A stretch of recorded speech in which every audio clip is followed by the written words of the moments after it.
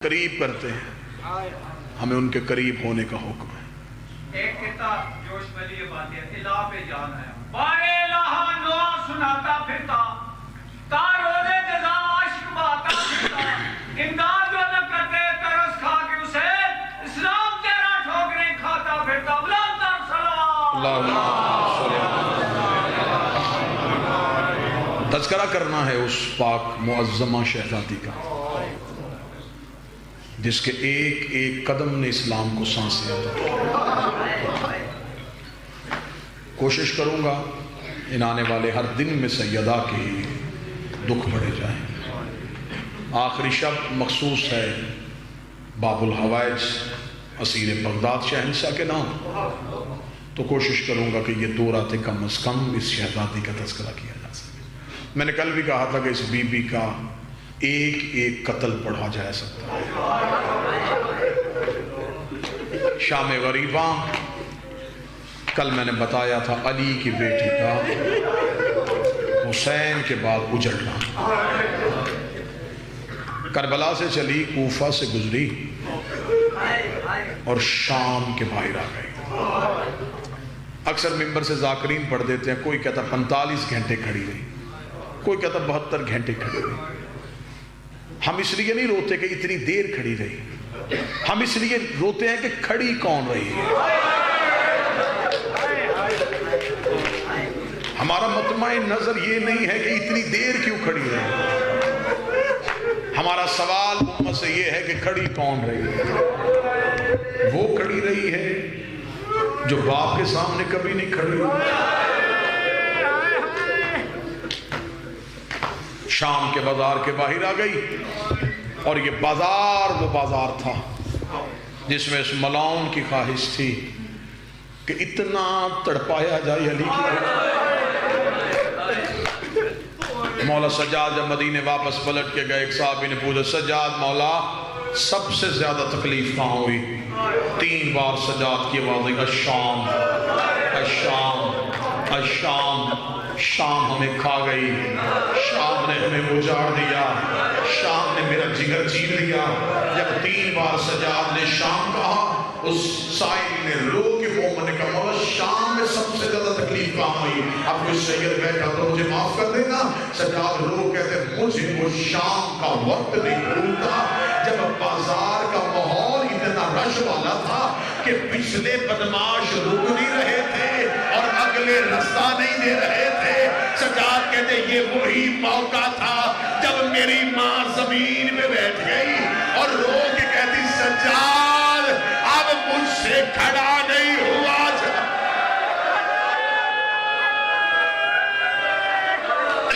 سجاد اب مجھ سے کھڑا نہیں ہوا، سجاد اب میں اس بازار سے کیسے دوں؟ بادشاہ حسین کی عزت کی قسم ہے، فضائل میں بھی تقصیر نہیں ہونی چاہیے اور مصائب میں بھی نہیں ہونی چاہیے۔ فضائل بھی جو حقیقت ہے وہ پڑھنا چاہیے، لیکن جب مصائب کی کتابیں ہم کھولتے ہیں، با خدا میں باوضو ممبر پر کئی بار ڈاکٹر صاحب کتاب نکال کے روایت پڑھ کے بند کر دیتے، کیسے پڑھیں گے؟ نہیں پڑھی جائے گی۔ پڑھ لیں گے، مومنین کو کتاب دکھا بھی دینا، دیکھنے کے بعد کہتے ٹھیک ہے لکھا ہے، لیکن ایسی روایات یہ ہم سے برداشت نہیں ہوتی۔ صرف آپ کے رونا، صرف رونا چاہیے نا، آنسو چاہیے، مارنا تو مقصد نہیں ہے۔ صرف تمہارے آنسوؤں کے لیے اتنا پڑھ دیتے ہیں کہ پتھروں کی بارش ہو،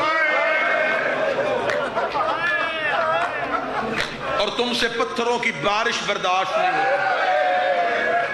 غازی کا علم میرے سامنے ہے، مجھے عباس مولا جملہ معاف نہ کرے میں غلط پڑھوں، صرف پتھروں کی بارش نہیں ہوئی، شام کی کمینی عورتوں نے کپڑوں کو آگ لگا کے علی کی بیٹیوں میں پھینک دی ہے۔ جس کے پاس ابلتا ہوا پانی تھا اس نے ابلتا ہوا پانی پھینک دیا ہے۔ مولا سجاد روایت کرتے ہیں، شام کے بازار میں ہم گزر رہے تھے، یا ایک کمینی عورت اپنے گھر کی چھت پہ ایک چکی کا پاٹ لے کے بیٹھی ہوئی تھی۔ دوسری مزدور نے پوچھا تو کسے مارنا چاہتی ہے؟ اس نے اصغر کی ماں کی طرف انگلی کی، اس نے کہا میرا نشانہ وہ مزدور ہے۔ علی کی بیٹی نے اس کی انگلی دیکھی، ادھر اس نے چھت سے چکی کا پاٹ پھینک